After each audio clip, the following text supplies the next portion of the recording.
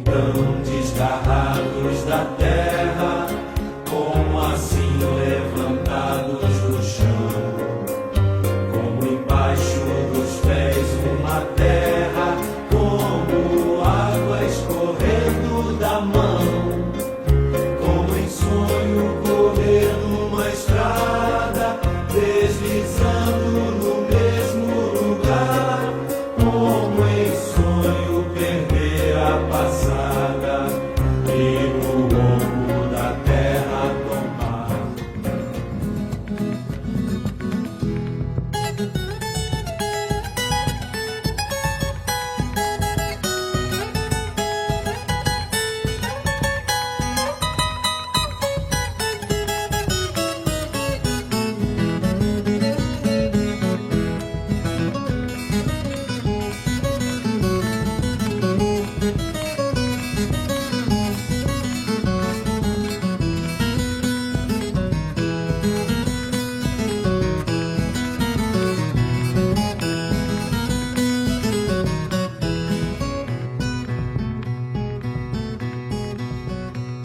Filho do norte de Minas, este grande intelectual e militante brasileiro nasceu no ano de 1922. Ainda menino, a leitura, o cinema, os festejos religiosos e as serestas abrem os olhos de Darcy para as muitas cores do mundo e das gentes. Sua vocação de etnólogo, dizia ele, se mostrou já desde menino na religiosidade festiva que aprendeu. A grandeza da imaginação do menino encontrou uma solução. Ele seria o imperador do Brasil e resolveria em 10 anos todos os problemas do país. Um dia eu roubei 1 quilo de azul de metileno na farmácia do meu tio e joguei dentro do reservatório de água da cidade para ver o efeito. A água ficou toda azul, a cidade ficou apavorada. Eu fiquei também com medo da mamãe morrer, mas a vontade de ver o efeito era maior do que o medo de matar a população toda da cidade. Darcy nasceu no seio de uma família tradicional, os Ribeiros, que eram grandes proprietários de terra. Também mexeu com indústria têxtil em Montes Claros. Tinham até uma usina de geração de energia da cidade e chegaram até a fundar um banco Comércio e Indústria de Minas Gerais. Para o lado da família Silveira, era uma família extremamente humilde, de pequenos produtores rurais da cidade próxima, Mato Verde. A mãe, com 25 anos, fica viúva. E naquela época, no início do século, mulher não herdava, ainda mais uma família poderosa como a família Ribeiro. E ela vai morar numa casa simples, de adobe, que era a herança dos pais, criando os dois e 2 irmãos mais novos dela. E a partir daí ela virou quituteira, e fazendo doces, salgados maravilhosos para a festa. E também é a primeira viúva que começa a estudar depois que perde o marido e vira uma grande professora especializada em alfabetização. E até os 16, 17 anos, quando ele muda para Belo Horizonte, ele não tem limite e é criado e vira um líder da turma dos meninos da rua de cima, coisas típicas de cidade interior e de brincar solto. Até os 13, 14 anos ele descobre a família Ribeiro e descobre a grande biblioteca do Plínio Ribeiro, que era um deputado federal no Rio e que era médico, e tinha uma grande biblioteca. Ele fica encantado e se torna um leitor voraz daquilo tudo. E que aí ele muda essa postura de moleque de rua e começa a estudar e ler tudo que cai à mão. A única coisa que fica de herança para ele são ações deste banco que o tio dele mais velho cria, onde o pai era sócio, e com essas ações ele muda para Belo Horizonte e vai estudar. Todo o conhecimento dele, porque ele queria provar esse caminho, queria praticar empiricamente esse conhecimento. O conhecimento dele, ele tentava ser produtivo e que pudesse ser aplicável. O Brasil foi regido primeiro como feitoria escravista, exoticamente tropical, habitada por índios nativos e por negros importados. Depois, como um consulado, em que um povo sublusitano, mestiçado de sangues afros e índios, vivia o destino de um proletariado externo dentro de uma possessão estrangeira. os interesses e as aspirações do povo jamais foram levados em conta, porque só se tinha atenção e zelo no atendimento dos requisitos de prosperidade da feitoria exportadora.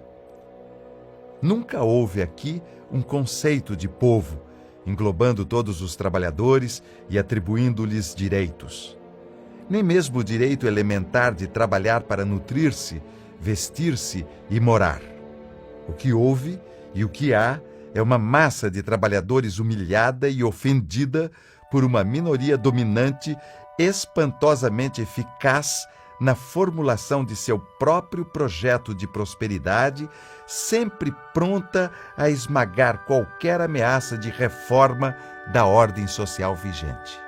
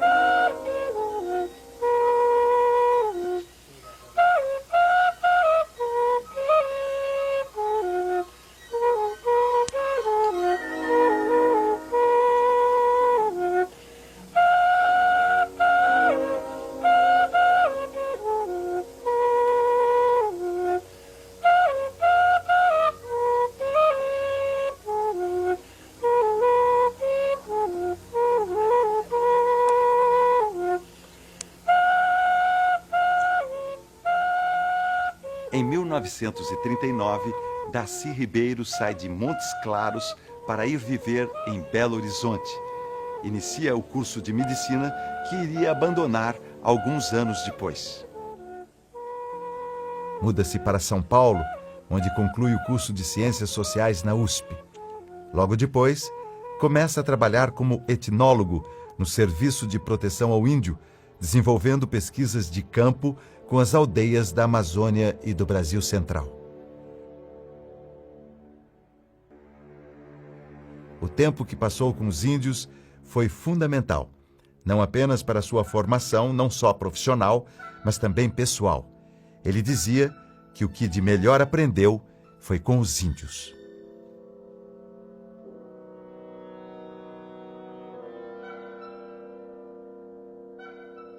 Darcy Ribeiro tem uma obra extraordinária sobre os povos indígenas, sobre a política indigenista no Brasil, sobre a história de todos os povos indígenas nas Américas. É uma obra que advém de duas posições, duas visões filosóficas que ele tem. Uma de que o mundo muda, de que as culturas mudam, de que os povos estão sempre em câmbio. E a outra é a de que os povos indígenas das Américas sofreram uma invasão, um processo de destruição muito violento e que resultou na morte de muitos, na destruição, na extinção de muitos povos e na transformação de muitos deles nas nações atuais.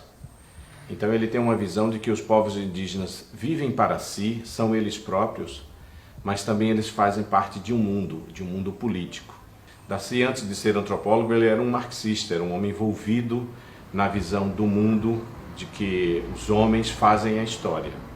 E, ao mesmo tempo, era uma pessoa que se encantou com os povos indígenas, que se encantou com as culturas, com a beleza, com a arte, com a alegria de viver, com o modo de criar crianças. Ele se encantou com o potencial que os índios representam para a humanidade sofrida, no caso a humanidade ocidental, que procurava uma redenção, não mais em Deus, no messianismo, mas uma redenção pela busca das soluções que os homens têm que trazer para si.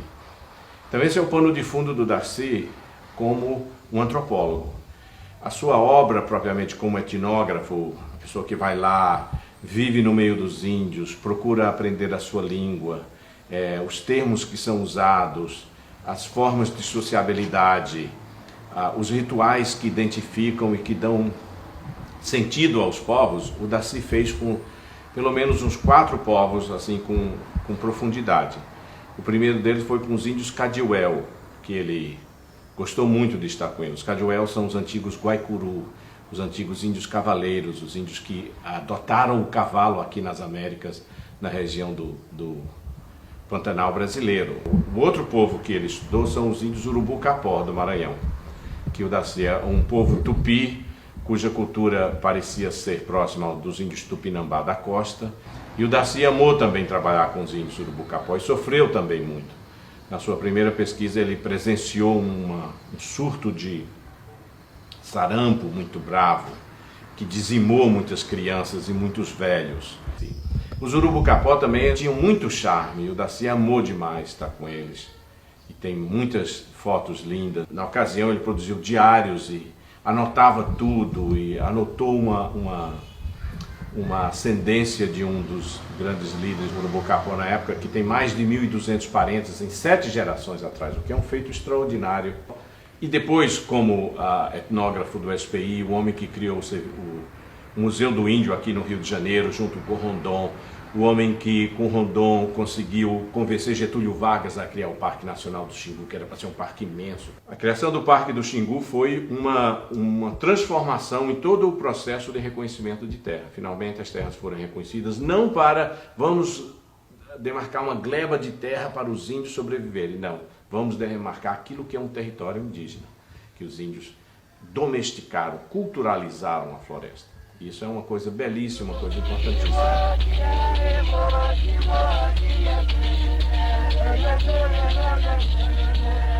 Os índios são elemento central no pensamento de Darcy.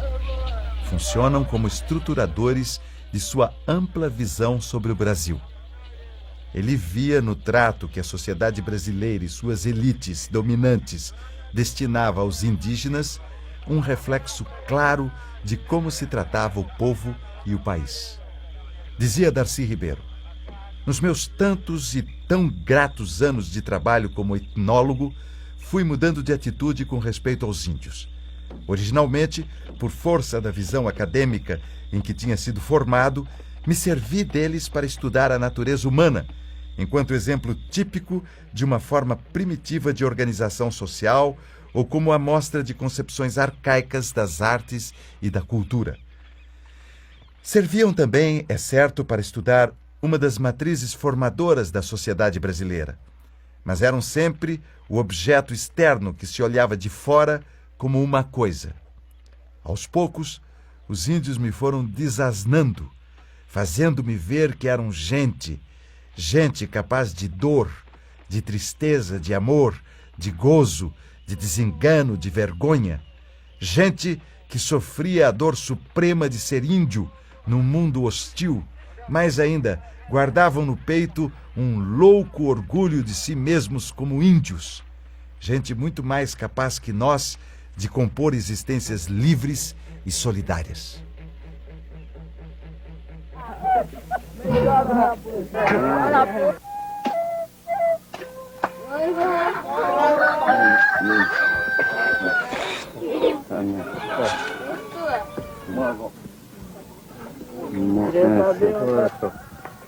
Kono pikarai kono pita ia wo kono pita televisão mama promo na kuakato.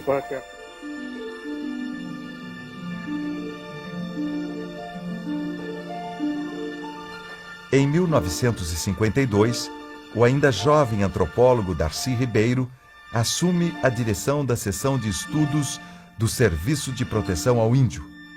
Dá início, então, à organização do Museu do Índio, que vem a ser inaugurado no ano seguinte. O museu criado por Darcy Ribeiro foi o primeiro no mundo destinado a difundir a cultura indígena e recebeu da Unesco o destaque como padrão do setor etnológico.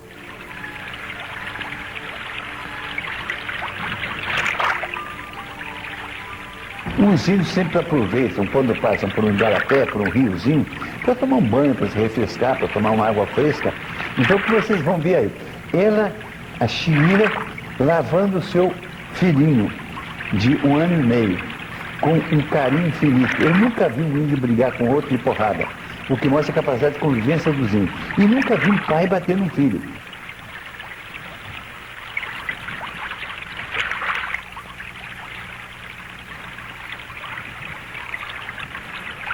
Ela carrega sempre a criança até que ela possa integrar-se no grupo da aldeia, que alcança uns 4 anos.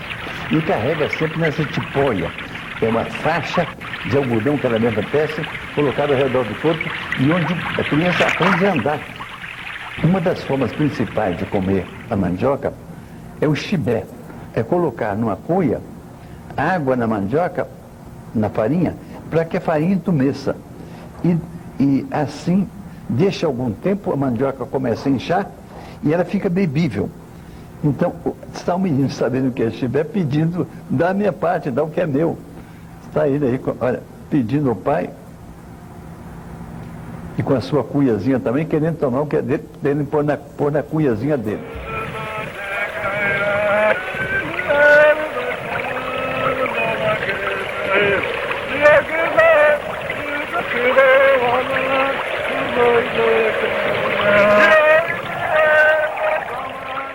O projeto mais ambicioso que eu fiz de documentação indígena, e eu acho também o mais ambicioso do FEFMA, foi o funeral Bororo.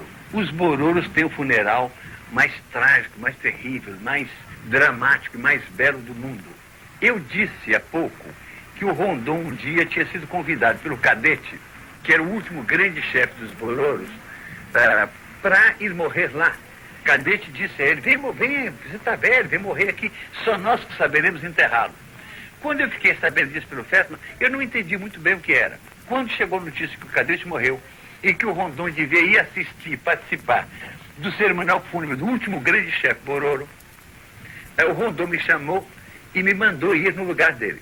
Ele então tomou um gravador, eram gravadores ainda de fio de aço naquela época, ele pegou um gravador e ele disse em Bororo, olhem para esse aí, o Darcy, olhem para a cara dele, vocês estão olhando? Olha, a boca dele é minha boca, fala a minha palavra. O ouvido dele é meu ouvido, ele ouve para mim. O olho dele é meu olho. Ele vai olhar, ele vai falar e ele vai ouvir. E ele vai ver tudo do cerimonial para me contar. Ele sou eu que vai aí. Então foi isso que ele disse em Bororo, uma coisa bela, estranha. E eu cheguei lá e toquei para os Bororos, ligamos a máquina, toquei. E eles ficaram todos muito comovidos de ouvir a voz do velho Rondon. Começamos então a documentação do cerimonial.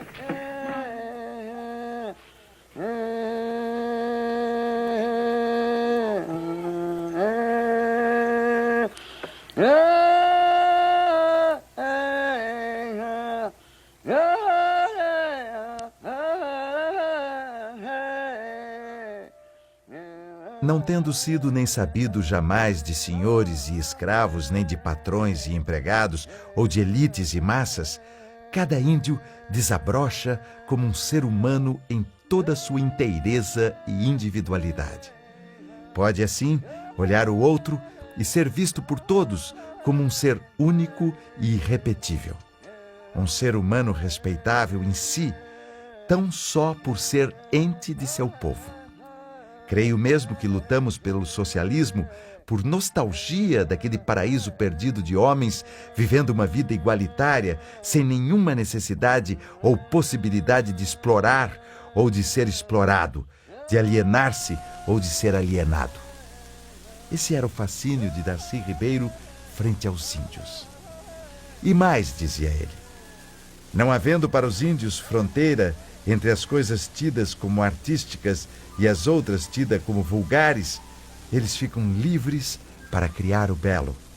Lá, uma pessoa, ao pintar seu corpo, ao modelar um vaso ou ao trançar um cesto, põe em seu trabalho o máximo de vontade de perfeição e um sentido desejo de beleza só comparável com o de nossos artistas quando criam. Um índio que ganha de outro um utensílio ou adorno, ganha com ele a expressão do ser de quem o fez. O que os índios esperam de tudo o que fazem é a beleza.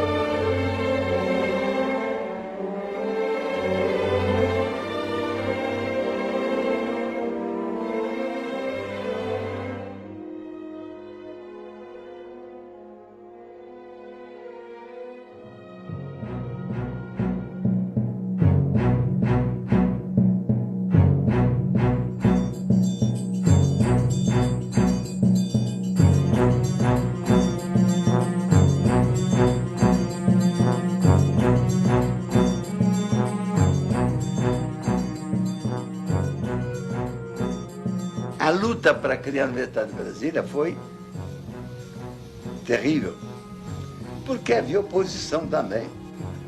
Então tinha que atuar muito junto ao presidente. Só uma universidade pode dar a Brasília a cultura, o saber. Uma universidade autônoma, em que os professores podem assessorar o poder público porque são insubornáveis. Uma universidade capacitada a dominar o saber humano.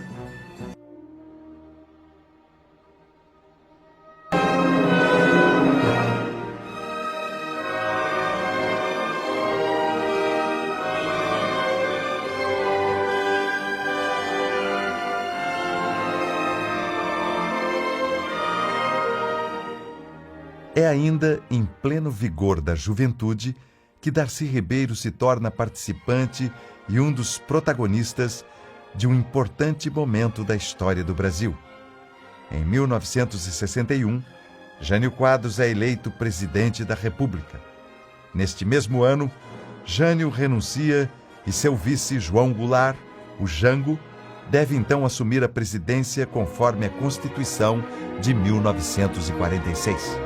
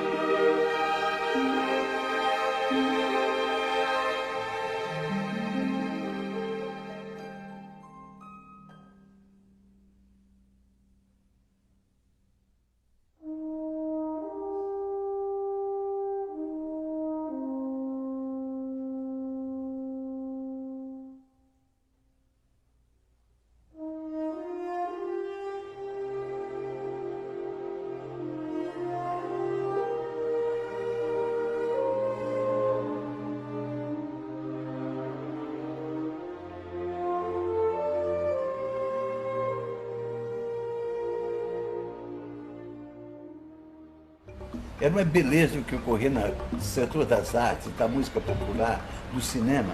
Tudo floresceu no Brasil. E nós todos estávamos cheios de entusiasmo. Todos acreditavam, com otimismo, que o Brasil ia dar certo. A juventude também estava muito identificada com o país, achando que ia dar certo, que o Brasil ia dar um grande passo.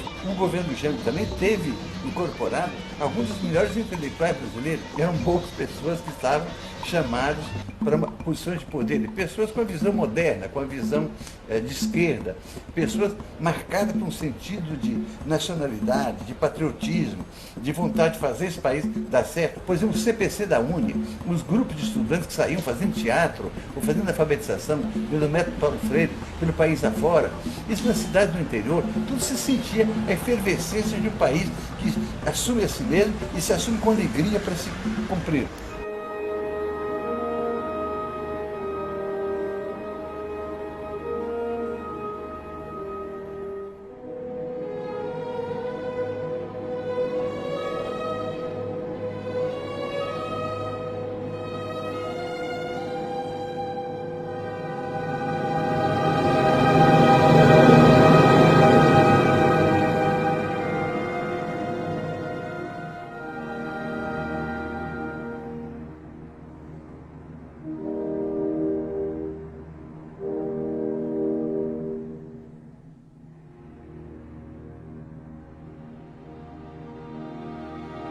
Eu acho que tanto o golpe como o governo do Jango Goulart até hoje não foram suficientemente estudados, né? Quer dizer, a cada tanto surgem revelações novas.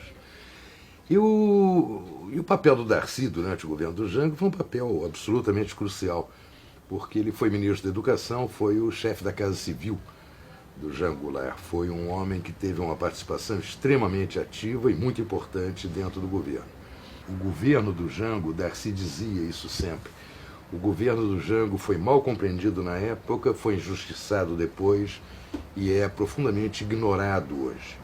O Darcy insistiu sempre que o governo caiu não pelos defeitos, que claro que tinha defeitos, mas pelas qualidades, pelo risco que implicava, não para o país, não para o Brasil, mas para o sistema dominante brasileiro. Esse mesmo sistema que, em última instância, está aí até hoje, com pequenas modificações, mas a estrutura é a mesma. Houve avanços nos últimos anos, mas a estrutura é a mesma. Então, era um governo muito perigoso para os donos de tudo. O Darcy tinha uma característica que é muito singular. São pouquíssimos os brasileiros, os latino-americanos, aliás, intelectuais de altíssimo coturno, como era o Darcy, um intelectual de primeira grandeza na sua geração, no seu tempo, e que se embrenharam na política, de verdade. Se embrenharam de verdade. O Darcy sempre foi um intelectual da vida, um intelectual do campo. Ele nunca se restringiu àquele meio acadêmico, distante de tudo. Ele nunca viu o país e o povo brasileiro como se fossem números e cifras e projeções. Ele conhecia a cara do Brasil, ele conhecia a cara do povo brasileiro, né?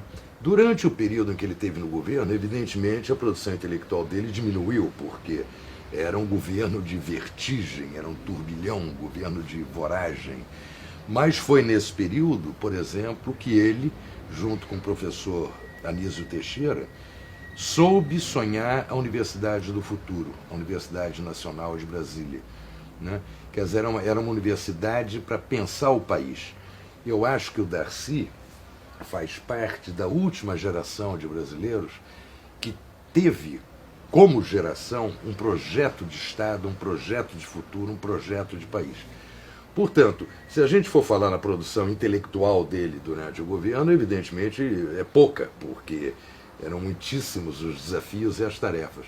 Mas a simples presença dele, a Universidade de Brasília, a maneira com que ele articulou e coordenou as reformas de base, a reforma da educação, a reforma agrária, quer dizer, são os sonhos dele, né? O exílio é uma coisa muito ruim, claro, né? O exílio é você não poder voltar.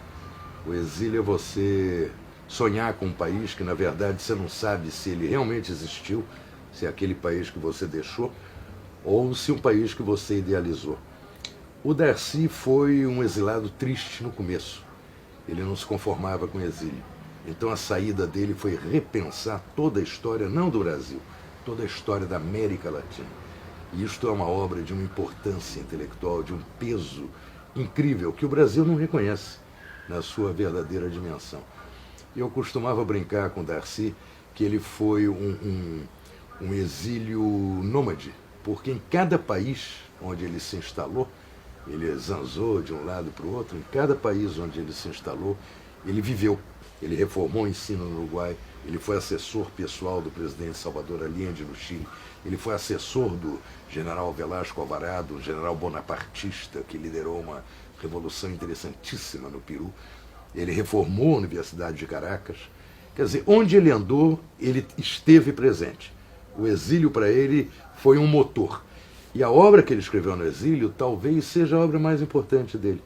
Encontrei-me no Uruguai, exilado.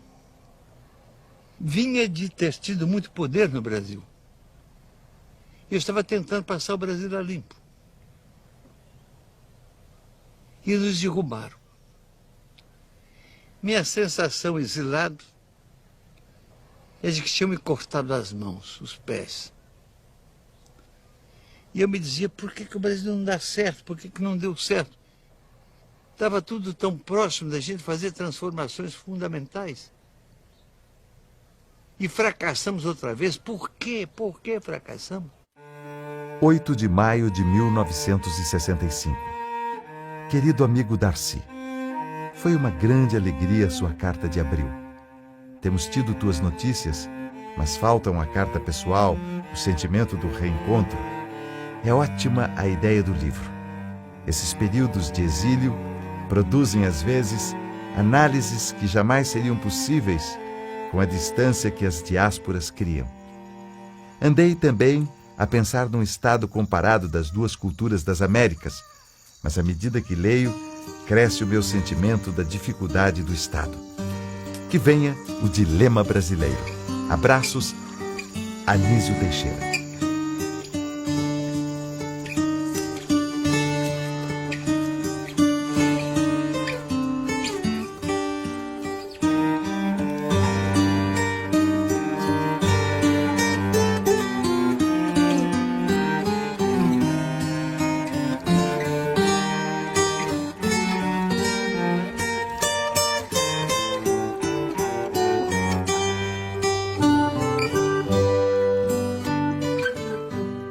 A visão do Darcy da América Latina era uma visão ampla, profunda, generosa e, ao mesmo tempo, iracunda, inquieta.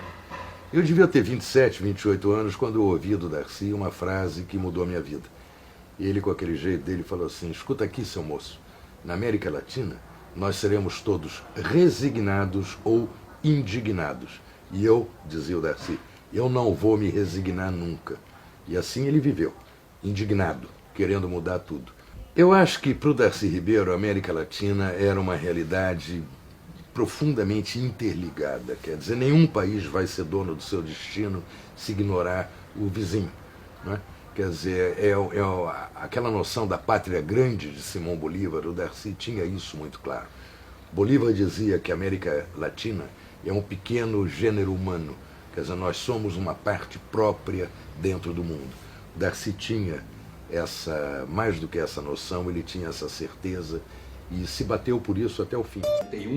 Darcy me telefona: venha trabalhar comigo no Peru, em Lima. Estou montando um centro de estudos e estou juntando uma equipe para trabalhar no Peru. E conheci Darcy, está no Chile, ele passou por lá, mas conheci Darcy no exílio. O exílio tem um lado noturno e tem uma vertente diurna. A noite do exílio, que tanto ela afetou Darcy. Teria Darcy carregado suas coisas brasileiras, seus amores, suas praias, suas matas, seus mares no seu exílio? Como teria Darcy caminhado nessa neblina da saudade? Ele conseguiu através da literatura. Ele tornou-se escritor. Havia tentado nos seus 20 anos, não vingou, e lá tornou-se escritor, e assim ele recriou o seu Brasil através dos seus personagens, dos seus livros. Só através da literatura, refazendo o seu mundo, que ele conseguiu sobreviver. No caso de Lima, no Peru, onde ele esteve muito tempo, ele criou um centro de estudos, que ele batizou de Centro de Estudos de Participação Popular. Se povoou com especialistas estrangeiros e peruanos, no Centro de Estudos de Participação Popular. E tinha por missão, duas ações principais.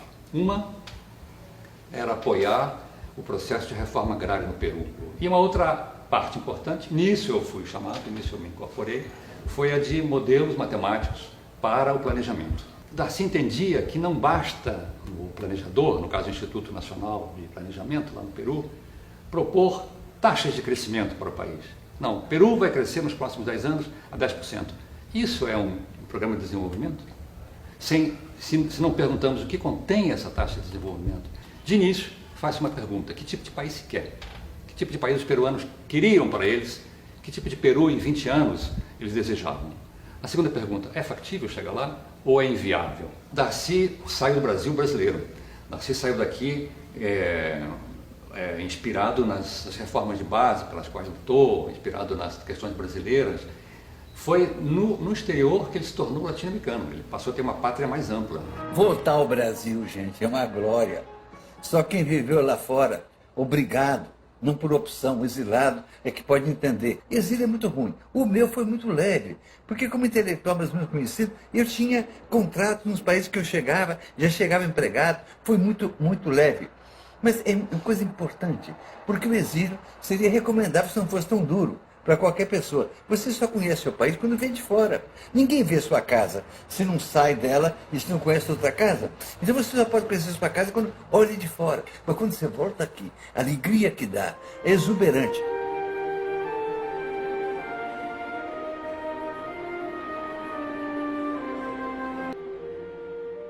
Na verdade, o longo exílio brasileiro teve muitos momentos em que as pessoas achavam: agora vai, quer dizer, agora muda, agora acaba a ditadura, agora a gente volta. Eu lembro quando eu morava em Madrid, não tinha colônia brasileira em Madrid. Madrid, as pessoas iam lá se reunir clandestinos. O Darcy vivia em Madrid, se reunindo com gente que vinha do Brasil, gente que vinha da França e tal. E no fim do ano, nós íamos a Lisboa para o Réveillon. E todo ano era o último Réveillon do exílio, aquela farra, aquela alegria. E na hora de ir embora, todo mundo combinava no ano seguinte onde é que seria o último Réveillon do exílio de novo, né? Até que teve um ano que foi mesmo o último Réveillon do exílio, que foi 78. Porque quando foi em abril, maio de 79, ficou claro que ia ter uma abertura, que ia haver uma anistia, que as pessoas iam poder voltar. E aí o Brizola reuniu em Lisboa, o Brizola e o Darcy, para refundar o PTB, o velho Partido Trabalhista Brasileiro.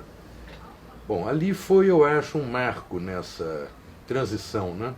Porque foi a primeira vez que várias correntes, inclusive correntes que vinham da luta armada, correntes que vinham de outros partidos políticos, essas correntes se juntarem em Lisboa, para que quando o Brizola voltasse, quando aquele pessoal todo voltasse, já viesse com um partido. Bom, aí o resto é história. O Golbery tomou a bandeira do PTB, houve aí todo tipo de truque jurídico, de armadilha, para neutralizar o perigo que era aquela dupla Leonel Brizola, Darcy Ribeiro.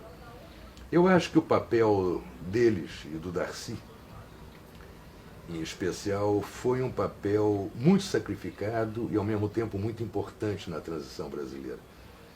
Eram visionários, não vamos nos esquecer que foi no Rio de Janeiro que surgiram os CIEPs, as escolas de tempo integral, as crianças pobres sendo tratadas com dignidade. Ele veio para o Rio, se candidatou aqui ao governo. E aqui é eleito, eu sou eleito com ele, vice-governador. Então o Brizola passou as primeiras tarefas educacionais. Aí começamos o grande programa do CIEP, que discutimos muito, tomar as ideias mais caras a mim, do tempo do Anísio. E eu pensava fazer como o Anísio estava fazendo, escolas parque, escola clássica. A criança passaria 4 horas na sua escola comum, tendo aula, e mais 4 horas numa escola parque, em que ele teria estudo dirigido, em que ele aprendia a usar as mãos, em que ele fazia ginástica, em que ele comia mais uma refeição, para dar a escola de tempo completo, que é a escola do mundo. No mundo inteiro não existe escola de turno, é sua invenção brasileira. E a criança que vem de uma família que não teve escolaridade prévia, que não estudou, uma criança que não tem casa, a escola dá exercício fazer em casa uma bandaneira, esperar que ele tenha quem ajude, é um absurdo. Ela não tem quem ajude e ela fracassa na escola. Então a ideia era criar uma escola de dia completo.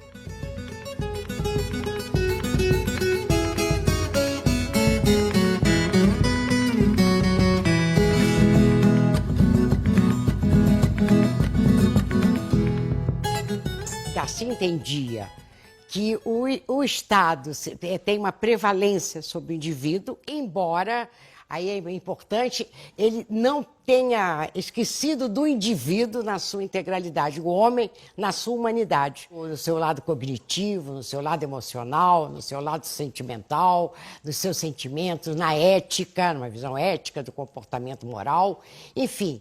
E o CIEP foi construído por Niemeyer justamente atendendo a essa concepção de Darcy. Eu vivi uma vida de pequena cidade no interior, muito fechada. Quando eu penso na imensidade de material que há pela televisão, na mão dos meninos de agora, eu vejo com inveja pregressa. Se nós tivéssemos tido isso, o que eu tinha? As minhas janelas do mundo eram livro, lia muito. Nos 14, 17 anos, eu lia muito. E ver cinema. Cinema foi uma janela para olhar o mundo. Eu aprendi muito no cinema. Cinema mudo, cinema ainda muito diferente desse cinema Technicolor de hoje, mas o encantamento do que podia acontecer na tela do cinema, a tela do cinema que arrebenta o mundo. Mas quando ele volta para o governo do Rio, o Collor vem no segundo governo Brizola, e o Collor acaba com a Igrafilme. Então, destrói praticamente o cinema e todo mundo fica perdido. Num programa, ele pega e cria o Programa Especial de Educação, e uma estratégia de educação à distância, porque queria fazer formação continuada de professores e também qualificar melhor os alunos, colocar a tecnologia na mão dos alunos, e contrata todos os diretores de cinema do Rio de Janeiro que ficaram desempregados, todos, certo? Foram mais de uma dezena de diretores para trabalhar e produzir material educativo para o programa. E ele tinha uma magia, não só com o cinema, como a televisão. Ele achava a televisão e o cinema, os instrumentos, o audiovisual, mais revolucionários criados pelo homem e que para atingir grandes massas.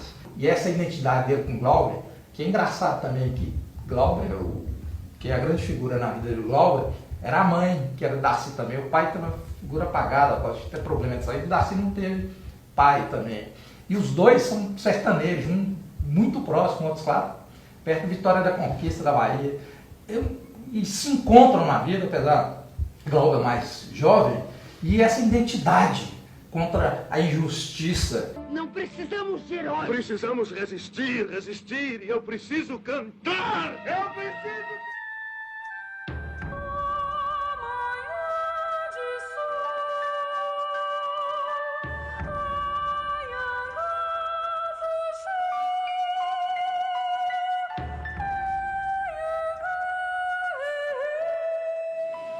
Uma vez, eu não vou esquecer nunca, Glauber passou a manhã abraçado comigo, chorando. Chorando convulsivamente. O Glauber chorava as crianças com fome. O Glauber chorava esse país que não deu certo. O Glauber chorava a brutalidade. O Glauber chorava a estupidez, a mediocridade, a tortura. Fica de Glauber para nós a herança de sua indignação. Eu lembro que uma vez o Darcy, foi no fim de 94, começo de 95, me chamou para a casa dele em Maricá. E ele estava fraquinho, né? Ele estava saindo de uma internação brava, ele passou um período, ele quase foi-se embora no hospital. E ele me falou assim, eu preciso que você me ajude porque eu vou escrever o livro da minha vida. Eu falei, mas como é que eu vou te ajudar? Ele falou, me ouvindo. E eu fiquei dias em Maricá e ele me contava histórias, eu ficava fascinado, até que depois de 3, 4 dias eu já estava confundindo as histórias. E o Darcy me perguntou, vem cá, tem livro aí? Daí eu falei assim, Darcy, eu sou escritor. E eu já ouvi uns 4, 5 livros. Se você não vai aproveitar isso, eu vou roubar e vou fazer livro e vai dar certo. Porque são histórias belíssimas, né? Que livro que você está querendo fazer? 4, 5, é um romance, é um quê? Ele falou assim, não, eu vou contar a história do povo brasileiro. E foi o último livro que ele escreveu, Os Diários Índios e o Povo Brasileiro. Eu não sei dizer se é o melhor que ele produziu, mas foi o livro que ele mais mergulhou, sem dúvida, mais até daquele desespero dos primeiros anos do exílio, porque naqueles primeiros anos do exílio, o Darcy era jovem, tinha vida pela frente. E no povo brasileiro, ele sabia que o barco estava a ponto de zarpar. E ele não queria, ele queria manter aquelas amarras, ele não queria sair navegando, ele queria ficar um pouquinho mais. Quando o Darcy saiu do hospital, depois de passar 30 e tantos dias de coma, e em coma induzida, com o problema do seu câncer, ele saiu sabendo que tinha poucos anos de vida e que precisava escrever a sua obra-prima. Uma obra que ele já tinha pensado em escrever logo após o primeiro exílio, o exílio de 1964, quando ele foi ser professor da Universidade de Montevidéu, Oriental de Montevidéu, que era um livro sobre o Brasil, uma reflexão sobre o Brasil, dos índios, passando por negros, pelos portugueses, pela imigração, pelo tipo de colonização e pelo potencial que havia no Brasil para dar a volta por cima, para transcender os seus problemas e criar-se como uma nação nova. E saiu o Povo Brasileiro, que é um livro lindíssimo, já traduzido para várias línguas, e que quanto mais você lê e espalha, mais as pessoas se encantam de saber que um intelectual brasileiro fala com amor sobre um povo.